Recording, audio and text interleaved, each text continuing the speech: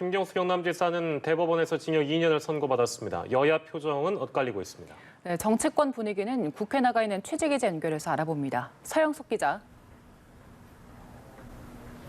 네, 친문 적자 김경수 경남지사의 2년 징역 확정 판결에 민주당은 당혹감을 감추지 못하고 있습니다.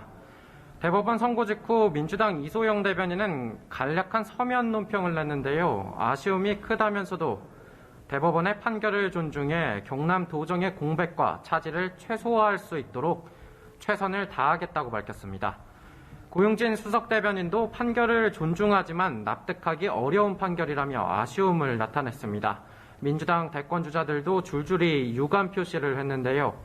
이재명 예비 후보는 참으로 유감이라며 할 말을 잃게 된다는 입장을 밝혔고, 이낙연 예비 후보는 진실을 밝히려는 노력이 받아들여지지 않아 안타깝다고 말했습니다.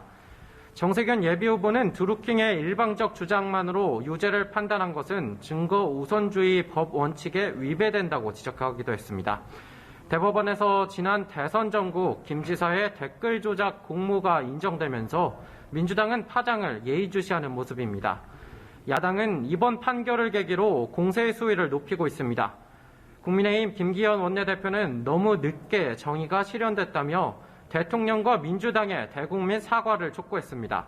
황보승희 수석 대변인은 문재인 대통령의 정통성에 큰 흠집이 났다면서 과거 국정원 개입 사건 때 민주당이 했던 말들을 하나하나씩 복귀하겠다고 경고했습니다.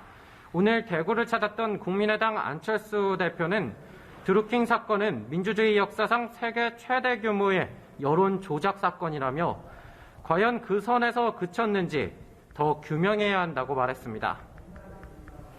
네, 이번에는 여야의 대권 레이스 상황 살펴보겠습니다. 네, 대선이 하루하루 가까워지면서 후보 간 경쟁이 점점 치열해지고 있죠. 네, 그렇습니다. 특히 민주당에서는 이재명 예비 후보와 이낙연 예비 후보의 선두 경쟁이 뜨겁습니다. 특히 경기도 유관기관 임원이 조직적으로 이낙연 후보를 비방하는 일을 했다는 이른바 이재명 SNS 봉사팀 논란을 두고 공방이 이어지고 있는데요. 이재명 캠프의 상황 실장을 맡고 있는 김영진 의원은 오늘 라디오에 나와 전혀 사실 무근이라며 전형적인 정치 공작이라고 반박했습니다.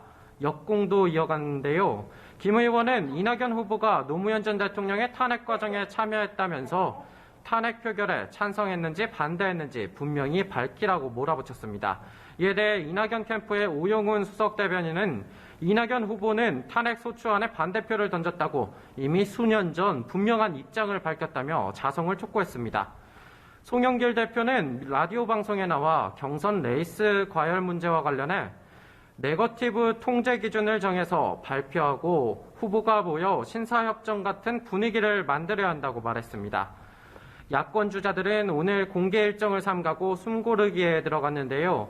김 지사에 대한 대법원 판결로 일제히 화살을 정부와 여당을 향했습니다.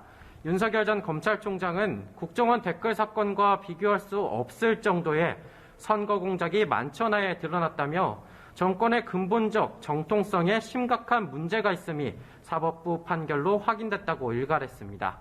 최재형 전 감사원장도 우리 정치에서 여론 조작이 더는 발붙이지 못하는 계기가 돼야 한다고 말했고, 유승민 전 의원도 헌법 파괴 행위에 대한 심판이라고, 원희룡 제주지사는 드루킹은 누구 거냐고 비판했습니다. 홍준표 의원은 문재인 대통령이 국민의당 안철수 대표에게 사과해야 한다고 주장해 눈길을 끌기도 했습니다. 한편 오늘 오전에는 여야 원내대표가 박병석 국회의장 주재로 회동했는데요. 법제사법위원장 등 상임위원장 재배분 문제와 관련해선 여전히 평행선만 그리고 만남이 종료됐습니다. 바로 잠시 뒤인 오후 2시부터는 민주당 송영길 대표와 국민의힘 이준석 대표가 공중파 방송에서 토론 배틀로 맞붙습니다. 전 국민 재난지원금과 코로나19 4차 대유행에 따른 방역 책임론 등을 놓고 격론을 벌일 것으로 전망됩니다. 지금까지 국회에서 전해드렸습니다.